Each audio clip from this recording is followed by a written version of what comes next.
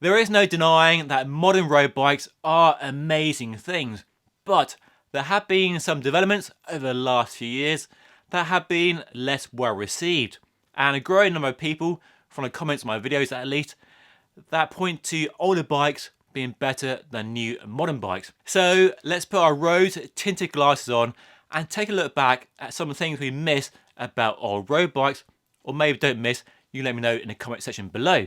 Okay, let's dive in. The one thing we can all agree on is that modern road bikes are very expensive things, and prices have shot up over the last few years alone. Quite alarming in some cases, that has to be said.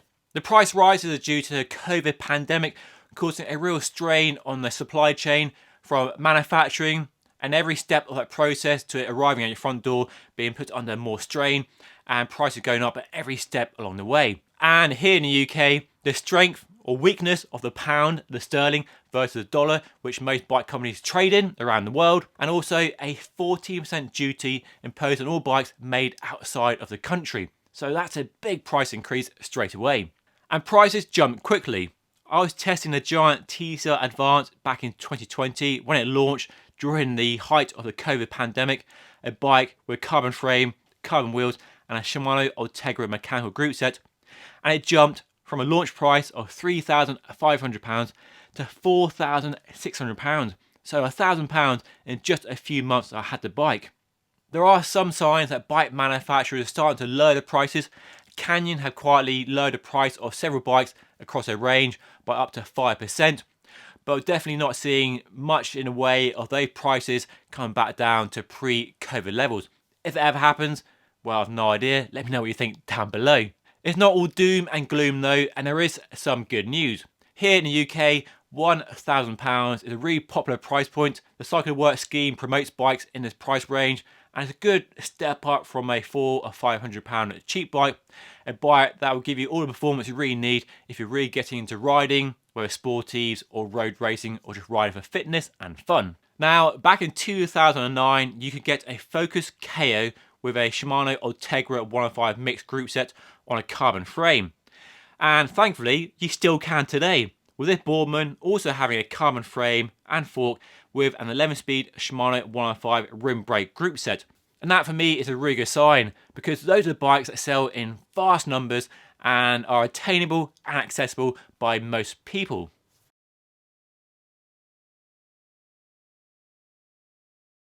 While modern road bikes are fantastic things, there's no denying that they are heavier than they used to be, and this is a downside to the rise in popularity of disc brakes and electronic group sets.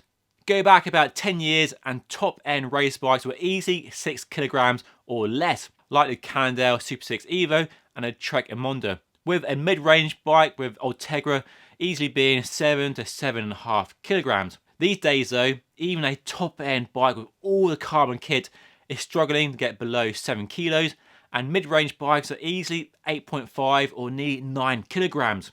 There are exceptions though, with a specialised ethos showing that modern bikes can be lightweight and aero bikes are gradually getting lighter.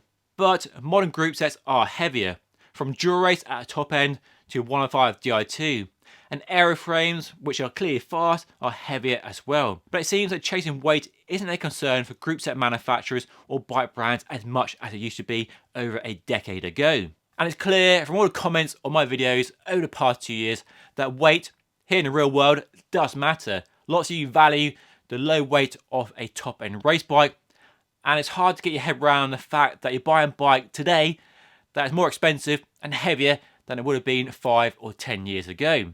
So progress of sorts, but in some ways it's a step backwards. I have to admit that internal cable routing on a top-end road bike does create a bike that looks fast, sleek and modern. But personally, I prefer the simplicity and the low maintenance of external cable routing. But sadly, external cable routing is going the way of the dodo on top-end carbon aero race bikes. I've also built up many road and mountain bikes over the last few decades, and having a frame with external cable routing makes the build so much easier. And then there's the ongoing maintenance, changing a gear cable is much easier, changing your brakes for different models, not having to pull the hydraulic hose out of the frame or fork is much easier. These days, wires, cables and hydraulic hoses are being routed through carbon fibre handlebars into the frame via the headset, an idea which still sounds alarming, and there have definitely been issues with some manufacturers facing recalls on certain designs. And it all just adds extra complexity to a bike that doesn't really need it, whether it's building it in the first place, which is more of a headache than it needs to be, or ongoing maintenance, replacing a wire, cable or hydraulic hose. But sadly, it seems a future we will have to accept on top-end road race bikes at least designed for racing. Many people from the comments on my videos really demand and expect internal cable routing on a modern road bike, and bike manufacturers have to follow that demand. If people want that internal cable routing, they have to deliver it. Luckily though, there are still options if you prefer external cable routing, with many small indie bespoke bike brands still offering an external cable routing solution. And away from the top end, where many of us tend to focus our time and attention, at the mid-range and entry level, there are still many good bikes with external cable routing. And it's unlikely, for the next few years at least, that those entry-level bikes will get the full internal cable routing solution that top-end bikes have. And this leads me on to my next point, that bikes in the past were much easier to work on, whether for the professional mechanic, with a team or in a shop, or for the home mechanic with a simple set of tools. Okay, I don't miss the days of cup and cone bearings, special tools needed to service a headset and bearings going across the kitchen floor and under the fridge, but with a recently modern bike, servicing, maintenance was much easier than many modern bikes today. These days, a modern road bike needs a smartphone app to check the battery life, firmware updates and diagnose problems and even adjust the gears. No old-fashioned barrel adjuster on a rear mech to make a quick and simple half-turn adjustment if the indexing isn't quite sweet. These days, gotta stop, get your phone out, make a few adjustments and off you go. The downside to the popularity of internal cable routing at the handlebar, stem and headset and frame area of the bike is that setting it up and getting the cables through where it should go is a right nightmare, even with the right tools. Yes, there's a proper tool you need to make life easier, but life is definitely tricky when building it yourself. And then there's all the tools you need if you're trying to maintain your bikes at home yourself, because with each new standard is a new tool. Just the other day, I had to buy a special T47 tool for the ceramic speed bottom bracket on my Carnago C68, and it was very expensive, I have to add. It's a tool I like to be able to use once or twice, and I can't use it on any other bikes in my collection, so a very expensive tool for a very limited use. Luckily, some bike companies are making a U-turn on modern standards and going back to the old standards that many of us know and love. We're seeing the rise in popularity once again of external threaded bottom brackets, which most of us probably have a tool for, and also round 27.2 seat posts and some with external seat clamps, as on a brand new Candel Synapse. And I think we can all agree that is a good move.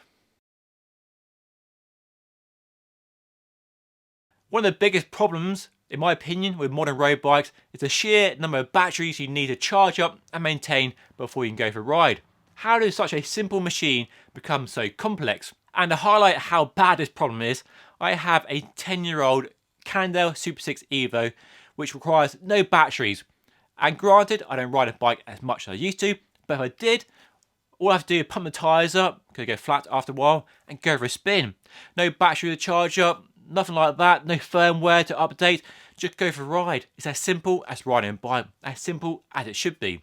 But these days, a modern road bike has a raft of batteries. There's the group set that needs charging up, different for Shimano, Campag and SRAM. Got to keep an eye on that battery life because some run longer than others. You might have a power meter, you might have a heart rate monitor, and you might have a computer as well. And then if you're sensible and your daytime running lights, front and rear lights are charged as well. Oh, and you might have a radar from Garmin as well. So plenty of devices that need charging up. And not to mention the cost on your electricity bill from charging your bike up just to go for a nice simple bike ride. So the simple mechanical beauty of a road bike has definitely been lost in the pursuit of performance, aero and electronic gains. I do miss the days of a bike just being ready to ride, no matter how long since you last rode it. And while, touch wood here, the number of times I've been caught out by a flat battery on a bike ride I can count on the fingers of one hand, there is still that risk that you'll be caught short, you haven't maintained your battery schedule, and you get caught out with a flat battery halfway through a ride. And while on SRAM, you have the convenience of swapping the batteries over from front to rear mechs, if that happens with Shimano, you are stuck in one gear for the rest of your ride. So those are some of the things I miss about old road bikes. Now, do you think I'm talking sense or talking a load of rubbish? Let me know by leaving a comment down below. And if you want to see some of the bigger tech fails, then watch the video right here. And don't forget to do me a favour by clicking the subscribe button if you haven't already. But that's all for today. Thank you so much for watching. I'll see you all again very soon.